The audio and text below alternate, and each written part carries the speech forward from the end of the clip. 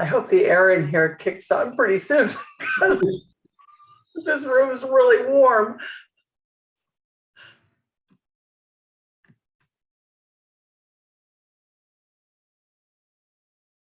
Are we going to get to see some of your assistants tonight? Those are always fun. Hopefully not.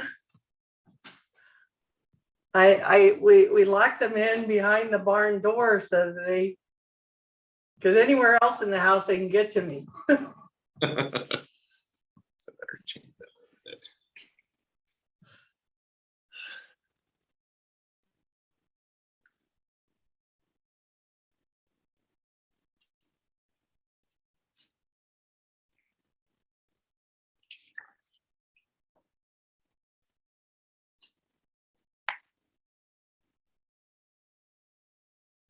Well, it is 5:45. At this time, it appears that we have a quorum. So pursuant to section 54956 of the California Government Code, a special meeting of the City Council is hereby called for May 24th, 2022, 5:45 p.m. And Margaret, could we get a roll call, please? Councilmember Mendoza. Here. Councilmember Meyer. Here. Councilmember Rary. Here. Vice Mayor Rodriguez. Here. Mayor Bryant. Here. Okay, we do have a quorum. At this time, we will open public comments. I'll turn it to you, Margaret. At this time, the public is permitted to address the City Council on items that are on the closed session agenda. I received 0 written public comments on this item that were submitted to the clerk prior to the meeting. If you wish to speak under public comment, please raise your hand using the Zoom feature. I'll call your name if provided and unmute you to speak. Your remarks are limited to 3 minutes per person, and your microphone will be muted after the timer has expired. While we encourage your comments, state law prevents the City Council from discussing items that are not on their meeting agenda, and if appropriate, staff will follow up on them. And I see no hands raised. Okay, then at this time, we'll close public comment. And do I have a motion to adjourn to closed session? So moved. Second. We have a first and a second. Roll call vote, please. Councilmember Mendoza. Yes. Councilmember Meyer. Yes. Councilmember Rary. Hi. Vice Mayor Rodriguez. Aye. Mayor Bryant. Aye. Motion carries unanimous. Okay, we are adjourned to the closed session. I will see you in that room.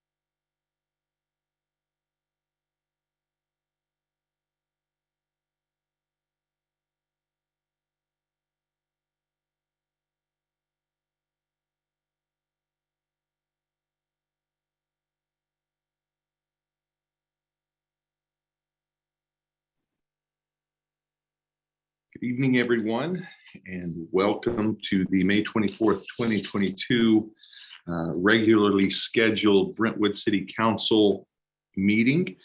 We are going to reconvene from closed session. There is nothing to report out at this time. And it looks like we have a quorum. Margaret, could I get a roll call, please?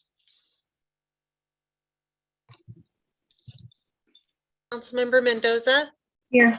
Councilmember Meyer, Here. Councilmember Rary, Here. Vice Mayor Rodriguez, Here. Mayor Bryant, Here. Okay, we are all in attendance. If you could join with me in the Pledge of Allegiance. I pledge allegiance to the flag of the United States of America and to the republic for which it stands, one nation, under God, indivisible, with liberty and justice for all. At this time, we will move into public comments, and I will turn it to you, Margaret. At this time, the public is permitted to address the city council on items that are not on the agenda, items listed under presentations, informational reports, or on the consent calendar, requests for future agenda items, new requests. Please save your comments for any other items that are on the agenda for that part of the meeting when you'll have the opportunity to provide them. I received no written public comments on this item that were submitted to the city clerk prior to the meeting. If you wish to speak under public comment, please raise your hand using the Zoom feature, and I'll call upon your name if provided and unmute you to speak. Remarks are limited to 3 minutes per person, and your microphone will be muted after the timer has expired. While we encourage your comments, state law prevents the city council from discussing items that are not on their meeting agenda, and if appropriate, staff will follow up on them. I do have a few hands raised. I'm going to go ahead and share the timer screen.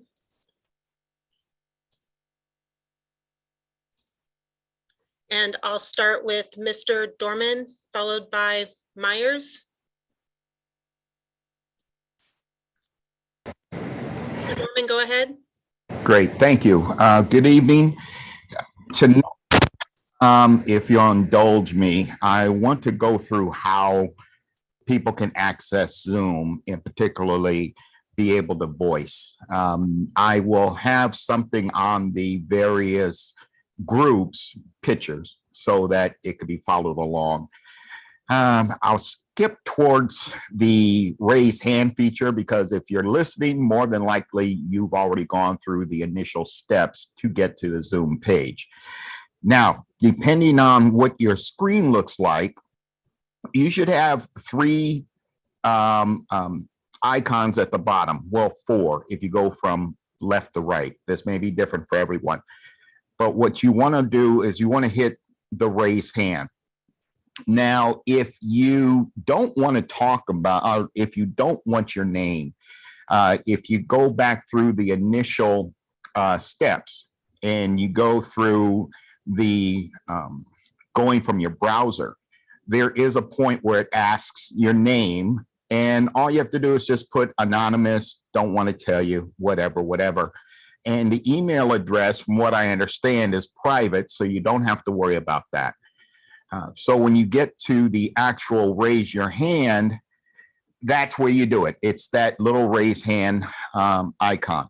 And for, as I said, for those who may be listening on the phone or listening at somebody else's house or whatever, I will have a little pictorial to help you along with the remaining minute and 20. On one of the group meetings, a post was brought up, which is interesting, and that was, why can't the council or Margaret or someone recite what is in the email? Now, logically speaking, whether they are at the council chamber, whether they're on the phone right now or email, we're exercising our right to be heard. And it's not just being heard to you folks and the city folks, but heard by all of us. And with that in mind, it should be read out loud.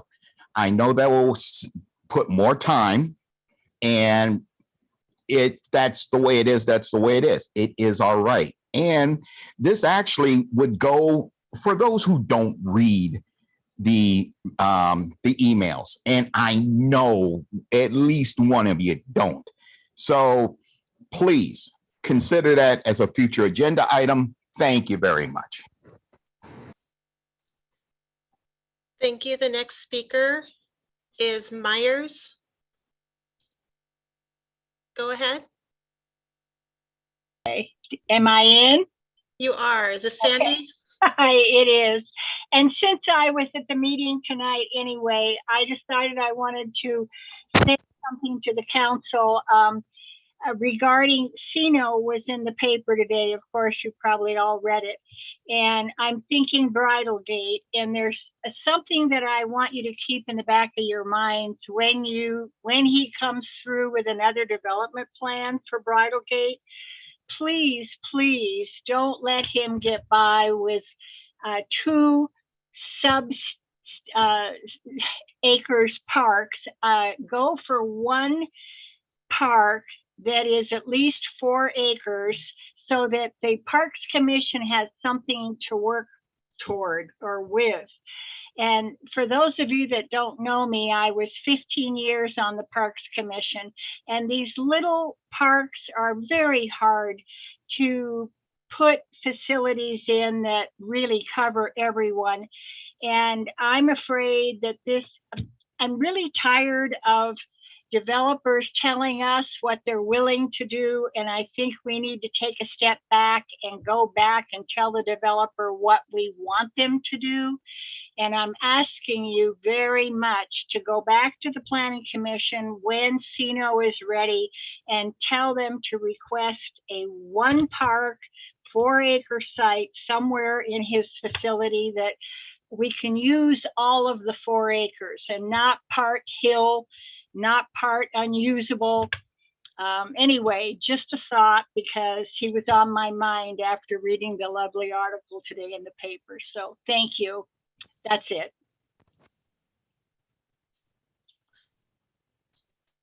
Thank you. The next speaker is Rod, followed by Isabel. Rod, go ahead. Thank you, Margaret. Well, that last call, right?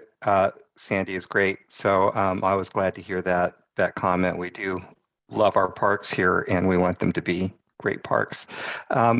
Today, I want to talk about talking. I want to talk about what I'm doing here, why I'm here. It's come to my attention through social media that there is a person, a resident in Brentwood, who feels like having residents talk at the meetings is a distraction. It's not good. She's noticing that several of us come every meeting, and she feels like it's ruining the city council meetings. And I obviously I disagree. We're here to voice our opinions. We appreciate the opportunity that we have. The 3-minute timer is not great, but we do appreciate the opportunity to speak, and we do appreciate that we are listened to. And I want to just encourage everybody in the community that's hearing me now to once in a while call into a city council meeting and make a statement, and especially if it's something that's on the agenda that's affecting your neighborhood, or if it's something that's affecting the entire city that you feel strongly about, or even if you just want to talk about philosophically which direction you want to see the city go. I think city council meetings are a great place to do that. I heard Danny's comment earlier about maybe reading out the email comments. I think that would probably take too long, but it's not outside the realm of possibility that there could be a pre-meeting, starting at 6:30 or 6:45, where those emails could be read. That wouldn't have to have everybody there, but the people could hear them that wanted to hear them, something like that. I don't know, it's just a new concept for us. But I do want to encourage everybody to speak. The reason I speak is to let everybody know they can speak. I obviously I have things that I want to say, and I speak for that reason as well. But basically, I come here and I encourage people to speak, and I've been doing that for years now, encouraging people to come downtown and have their say. And I'm not going to stop. I don't think any of us want to stop. We're happy to be doing it. We feel like we're doing something good for the city, and we feel like our presence here makes a difference. So, and to that extent, I want to thank all of you for listening to us and helping us understand that our presence here does make a difference. And I'll be speaking a little bit more on that topic in regards to the Planning Commission later on. But I do appreciate the opportunity to speak. I'm going to continue to do it. And that's really all I have to say about it tonight, and I'm out of time anyway. So thank you so much. Thank you. The next speaker is Isabel, followed by Gary. Isabel, go ahead. Hi, can you hear me? Yes, go ahead. Hi. So good evening, Mayor Bryant and honorable council members. My name is Isabel Kursky, and I'm a senior health education specialist for the Contra Costa Health Services Tobacco Prevention Program. Thank you for your commitment to protect youth from a lifetime of tobacco addiction. Prohibiting the sale of electronic smoking devices and e-liquids in Brentwood is a significant step forward to deter youth vaping cannabis and tobacco use. Use of substances at a young age when the brain is still developing can lead to a lifetime of addiction. When fewer vaping products are sold in a community, young people have less access to these harmful substances because they're not able to purchase vape devices directly from stores and have reduced access to vaping products via handoffs from older family members and friends. In a 2019 to 2020 study, the vast majority of high school students in Contra Costa who were current tobacco users reported using a flavored tobacco product. That includes flavored vape products, little cigars, cigarillos, and flavored hookah. In Brentwood, the Liberty Union School District's 2020 to 2021 California Healthy Kids Survey showed that 1 in 4 11th grade Liberty Union students reported ever having vaped, and 45% reported it was fairly or very easy to obtain vape products. The city of Brentwood has 39 retailers, and some of them are located within walking distance of local schools and other youth-sensitive areas. With around 30% of Brentwood residents under 21, youth and young adults are exposed to the predatory tobacco marketing just walking home from school.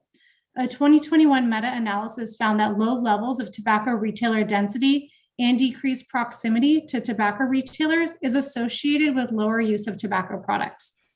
In 2017, Contra Costa County adopted tobacco retailer zoning restrictions to prohibit new tobacco retailers from being established within youth-sensitive areas and prohibit new tobacco stores from opening within 500 feet of other tobacco stores.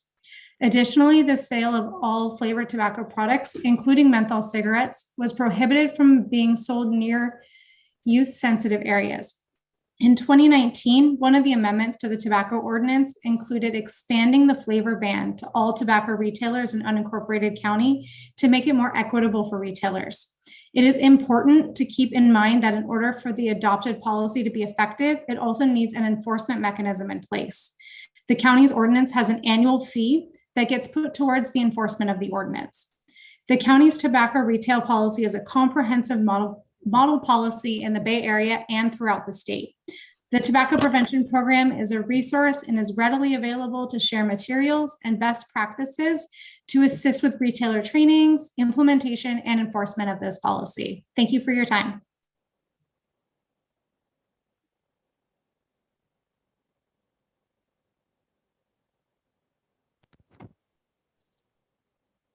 Thank you. Sorry, we had a power outage.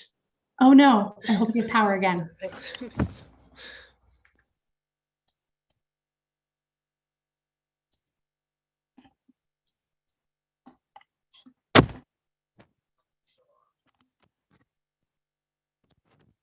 Bear with me for a minute. We're just double checking who's on the line still.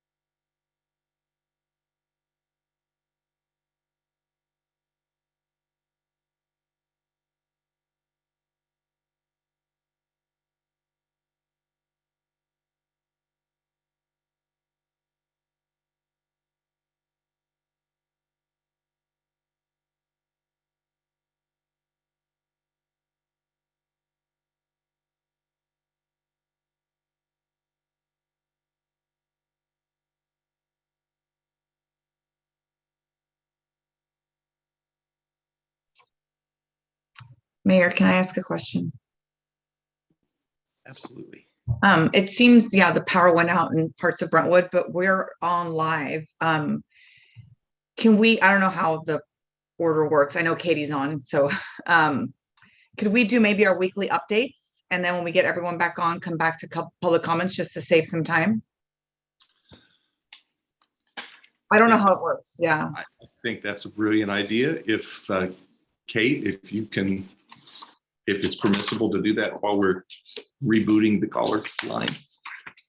Evening, Mr. Mayor and Council. We are actually reviewing this portion of the Brown Act right now. Certainly the council would be prohibited from taking any action on items on the agenda if the public is not able to participate in the meeting because of a technological failure such as we're currently experiencing.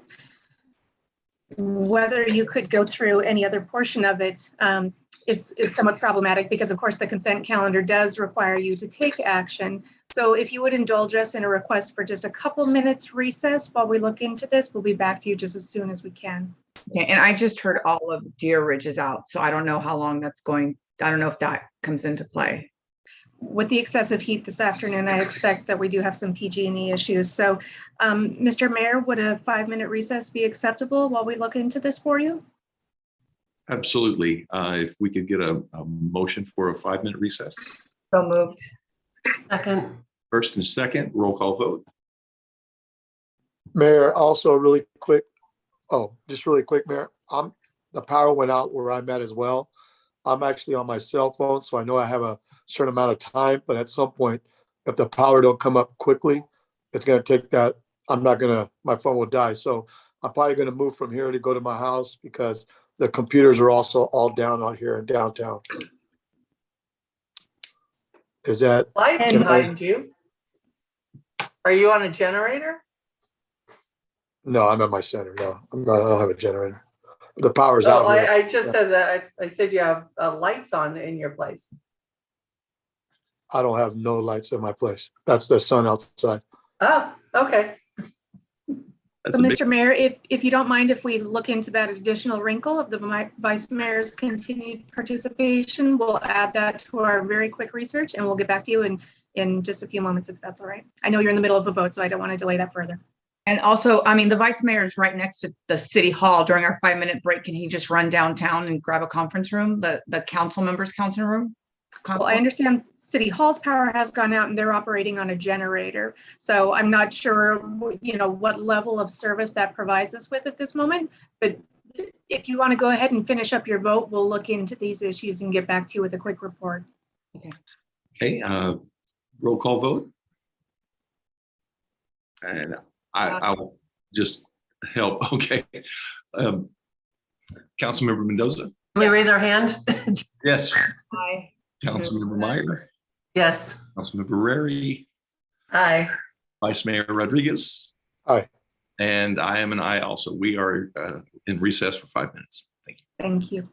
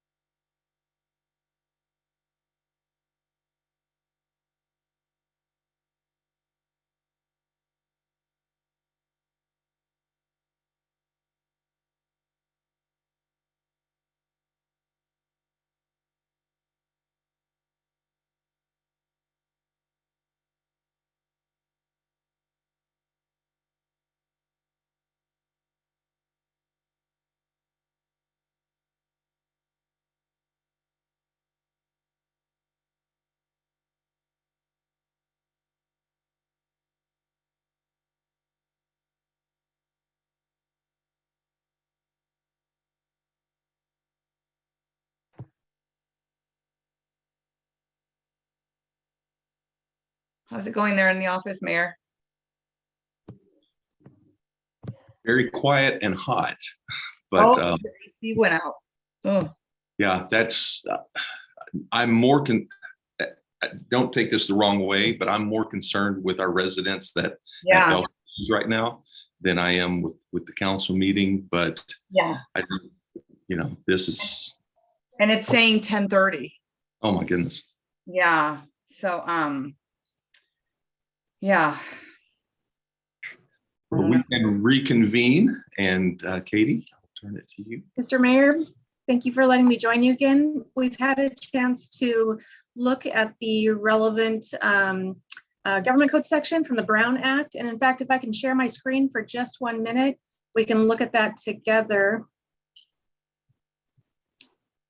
So the Brown Act as modified now provides that if there's a disruption which prevents us from broadcasting the meeting to the members of the public using either call-in or Zoom or other internet-based service, or separately, if there's a disruption within Brentwood's control, within the city's control, which prevents members of the public from offering public comments using telephone or internet-based services, then the council could take no further action. As a very technical matter, there is no disruption here which prevents us from broadcasting, but there is a very real disruption that allows others from receiving the broadcast in so much as they don't have power right now or internet access. That being the case, while technically you could probably proceed under the Brown Act, realistically, a large number of our residents are probably unable to participate in the meeting, and it would be our very best advice that we adjourn this meeting tonight and find a date for a special meeting for you all to reconvene when we can ensure that we have the greater participation of the members of our public. So I'll go ahead and stop sharing this. It being the case that you have a few items on your agenda this evening that are time sensitive, we will poll you tomorrow and talk to all affected staff and consultants about their availability in the very near future, as we do have time sensitive items. And we will blanket social media and all other forms of outreach to let the public know of when the reconvened meeting would be. Does this work for the council? I see a question from Councilmember Wary. It does, and while people may say, well, they've got a phone that they can watch it on or call us up on, the problem with that is that this meeting will probably be after midnight by the time we finish everything, and that amount of hours may not be available to some people on their phone at this time and no ability to charge. That is a good point. That is true. I know we've lost Council or Vice Mayor Rodriguez, but we will convey this information to him as quickly as we can. And with that, I leave it to you, Mr. Mayor. It's my recommendation that we do follow the advice of our council, our council, and what does council would like, what is your pleasure? What would you like to do? I move that we adjourn for this evening and reschedule it at a date that's convenient. I second that. Okay, we have a first and a second, and I'll do the roll call vote. Councilmember Mendoza, Yes. Councilmember Meyer. Yes. Mr. Mayor, Yes. excuse me, I'm not able to log on right now myself. This is Damian Brower. This doesn't sound like Margaret. No, it does not sound like Margaret, but she's kind enough to let me use her office. You do have one item on your agenda where we should adjourn to a date certain because it was noticed as a public hearing. And I would like to make sure that that item is continued to a date certain. And I know Ms. Wazinski just said that, we were going to poll you about when you could all meet, but I think we should do that tonight. And so you can adjourn to a date certain. So then we don't have to renotice the public hearing items that do have time sensitive dates on them. And so I'm sorry to jump in this fashion, but in an abundance of caution, I want to make sure that we don't lose that where we'd have to renotice those hearings and then miss the necessary deadlines. Don't we have to renotice those anyway? No, if you adjourn this meeting to a date certain, I believe that would be sufficient. And so the public would then have the notice at this meeting, albeit with some of our challenges, of when the new meeting is going to be. So we wouldn't have to then renotice it all in the same fashion. We'd still do the general Brown Act 24-hour in advance notice, just to be certain, but we also want to make sure that people know tonight that the public hearing has been adjourned to a specific date. And it really should happen sometime this week by Friday. So I think we're looking tomorrow night or Thursday night. I'm not free either one of those nights. I'm sorry. Then at a minimum, perhaps we could adjourn to one of those nights and just continue the meeting from there.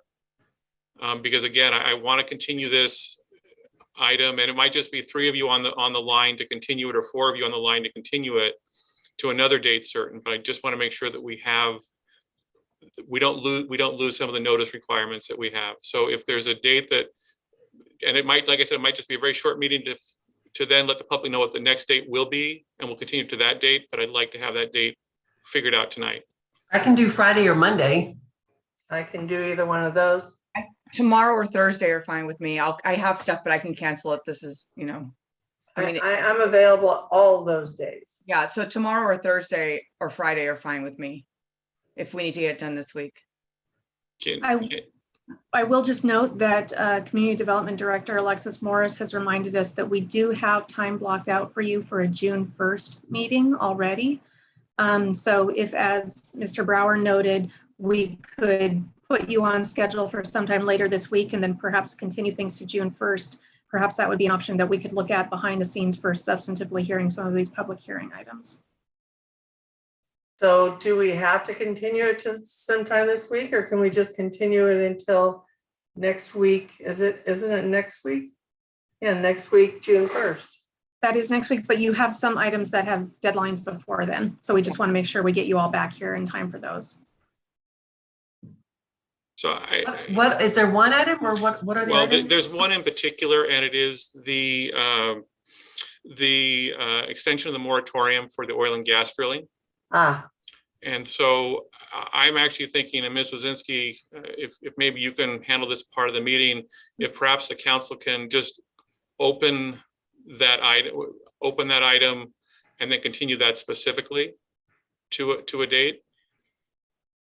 Yeah, let's look and see what we can do with the deadline that we're working up against. But if we could have at least 3 of you available sometime later this week.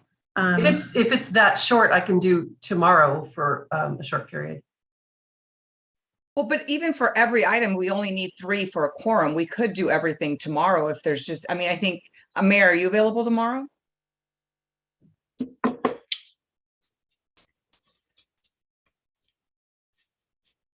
As early as 5 o'clock or earlier if you need it earlier. Tomorrow, I have several meetings and commissions that are county. How about Thursday night? Let me pull that up. Thursday night, I could probably move what I have around. I have something, but I can move that. Thursday night, as long as we can get 3 of us, I think that would be good. Councilmember Brenner, are you available for Thursday? I'm available any day this week and Monday next week and of course June 1st next week. And so it sounds like Thursday would be a good day to reconvene, and then we'll take it from there. We'll be working behind the scenes to figure out what we need to do on which dates to make sure that we're hitting all of our deadlines. Okay. Damien, does that work for you? And then yes, I think it does. Yes, Susanna, can you, if we go early, does that help you out on Thursday?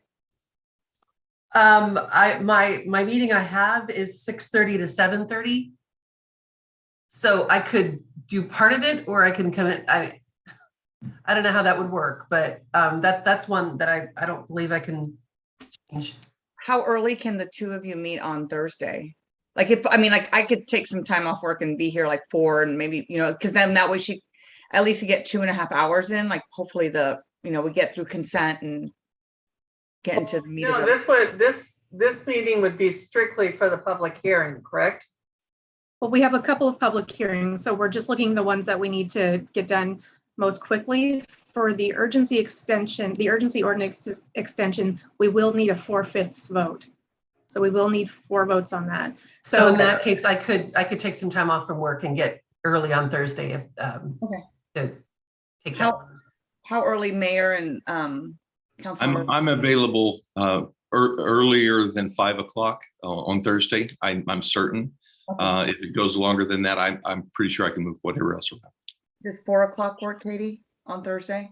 Yeah, I'm sure staff will do everything we possibly can do, and we'll send around an email and post something on the city's Facebook site and social media pages right away to confirm that. So let us talk to the city manager, let us talk to the city clerk, you know, just make sure we've dotted our i's and crossed our t's.